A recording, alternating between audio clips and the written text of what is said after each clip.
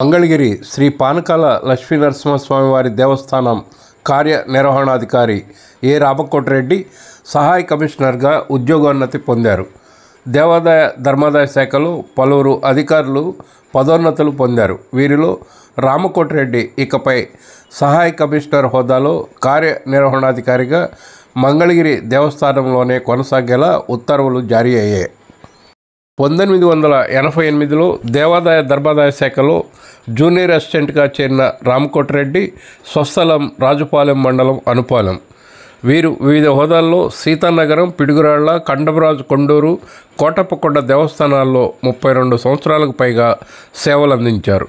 కోటప్పకొండ పుణ్యక్షేత్రంలో 8 సంవత్సరాలు కోటయ్య స్వామి సన్నిధిలో సేవలందించిన రామకోటిరెడ్డి ఏడాదిన్నర క్రితం మంగళగిరి శ్రీ పానకాల లక్ష్మీనరసింహస్వామి వారి దేవస్థానం ఈవోగా బదిలీపై వచ్చారు. స్థానిక ఎమ్మెల్యే ఆళ్ల రామకృష్ణారెడ్డి ఆశీస్సులతో దేవాదాయ శాఖకు సంబంధించి 3 కోట్లు, అలాగే దాతల నుంచి 2 కోట్లతో పలు అభివృద్ధి పనులు చేపట్టారు. ప్రధానంగా చారిత్రక కట్టడమైన పెదకోనేరు పునరుద్ధరణ పనులు జరుగుతున్నాయి.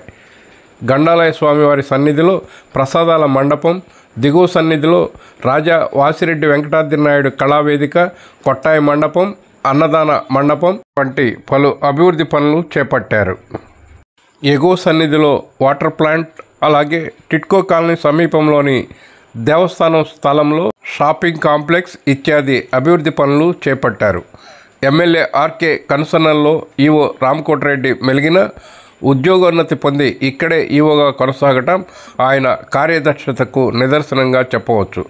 ప్రస్తుతం మంగళగిరి దేవస్థానం వార్షికాదాయం 8.5 కోట్లుగా ఉంది. దేవస్థానం కార్యనిర్వహణాధికారి రామకోటిరెడ్డి మరింత సమర్థవంతంగా బాధ్యతలు నిర్వర్తిస్తూ మంగళాద్రి పుణ్యక్షేత్రం వార్షికాదాయం పెంపుదలకు కృషి చేస్తారని ఆశిద్దాం. సహాయ కమిషనర్గా రామకోటిరెడ్డి ఉద్యోగోన్నతి పొందిన సందర్భాన్ని పురస్కరించుకొని శుక్రవారం శ్రీ లక్ష్మీనరసింహస్వామి ముఖమండపంలో దేవస్థానం అర్చకులు వేద ఆశీర్వచనాలు అందజేశారు. అలాగే దేవస్థానం సిబ్బంది ఈవో రామకోటిరెడ్డికి అభినందనలు తెలిపి తమ అభిమానాన్ని చాటుకున్నారు.